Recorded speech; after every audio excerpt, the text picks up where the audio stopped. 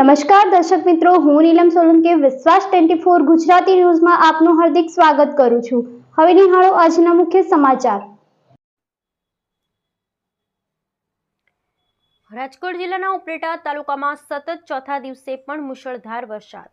ઉપલેટા સહિત આસપાસના ગ્રામ્ય વિસ્તારમાં પણ ભારે વરસાદને લઈ વાહન વ્યવહાર ખોરવાયો। ઉપલેટા, ઈશરા, ગઠાળા, લાઠ મજેટી, ગણોદ સહિતના ગામોમાં પણ ધોધમાર વરસાદ શરૂ।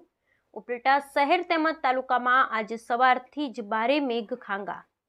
વહેલી સવારથી સમગ્ર તાલુકામાં 2 થી 12 ઇંચ જેટલો મુશળધાર વરસાદ વરસ્યો। ભારે વરસાદને કારણે નીચાણવાળા અનેક વિસ્તારમાં પાણી ભરાયા। ઉપલેટાની ટીજે કન્યા શાળામાં પણ વરસાદના પાણી ઘૂસી જતા વિદ્યાર્થીઓ પરેશાન। ઉપલેટા તાલુકાના લાઠ ગામે સૌથી વધુ વરસાદ નોંધાયો તેમજ સિઝનનો પણ સૌથી વધુ 50 ઇંચ ઉપર વરસાદ લાઠ ગામનો નોંધાયો છે। લાઠ ગામે 3 કલાકમાં 12 ઇંચ જેટલો વરસાદ પડતા વાહન વ્યવહાર સદંતર બંધ થયો। સતત ત્રીજા દિવસે પણ અનારાધાર વરસાદ થતા લાઠ ગામે દુકાનોમાં પાણી ઘૂસતા જળબંબાકાર જેવી સ્થિતિ સર્જાઈ। Bureau reporter Sibhai Ahir, Upleta. પૃથ્વીસિંહ ચુડાસમા, લાઠ સરપંચ। આજે વહેલી સવારથી 6 વાગ્યાથી લઈ અને 9 વાગ્યા સુધીમાં એટલે કે 3 કલાકમાં લગભગ 12 થી 12.5 ઇંચ જેટલો વરસાદ વરસી ગયો છે। જે આ વરસાદ વરસતા જે ગામની પરિસ્થિતિ એક જળબંબાકાર જેવી થઈ ગઈ છે।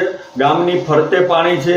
વાહન વ્યવહાર પણ અત્યારે હાલમાં અમારે બંધ થઈ ગયેલો છે અને લોકો એક ગામથી બીજા ગામ જઈ શકતા નથી અને જે અમારા વિદ્યાર્થીઓ જે ભણવા માટે ઉપલેટા ગયેલ છે તે ઉપલેટા રહી ગયા છે। જે માણાવદર સાઈડ ભણવા ગયેલ છે તે એ સાઈડ અમે સ્ટેન્ડ બાય કરવામાં આવ્યા છે અને અહીંયા જે મજૂર લોકો છે એ મજૂર લોકોને પણ અમે વાડી વિસ્તારમાં જ સ્થળ ઉપર રહેવા અને ક્યાંય અવર જવર ના કરવી એવી સૂચના પણ આપવામાં આવી છે। તેમજ જે ગામના બસ સ્ટેન્ડ ચોકમાં જે આવતી દુકાનો છે એ દુકાનોમાં પણ હાલમાં પાણી ઘૂસી ગયા છે અને ઘરમાં પણ પાણી આવી જવાની તૈયારીમાં છે।